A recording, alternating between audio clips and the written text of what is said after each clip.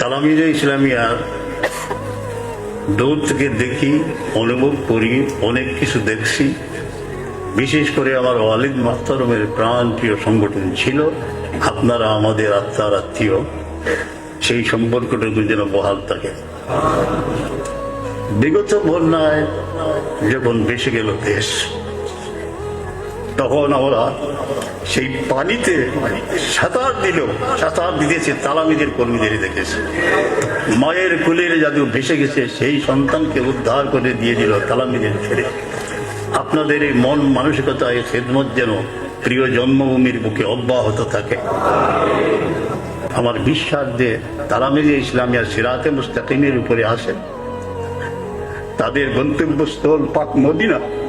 আল্লাহ তাদের হেফাজত করবেন এবং সুরক্ষিত প্রহরী যাদের সাহায্য আসে, অন্য ধ্যান ধারণার মানুষ হেদায়ত হয়ে যাবে। যেখানেই আমরা যাই এই কর্ম নিয়ে, সেখানে দেখি তালামিজের কিছু কর্মী নিঃস্বার্থ শ্রম সকাল থেকে সন্ধ্যা পর্যন্ত দিতেছে। আজকে তালামিজের হাতগুলি মকবুল আল্লাহর দরবারে, তারা দোয়া করবেন। এই মকবুলে উপস্থিত হতে পেরে আমি আল্লাহ শুকরিয়া আদায় করতেছি।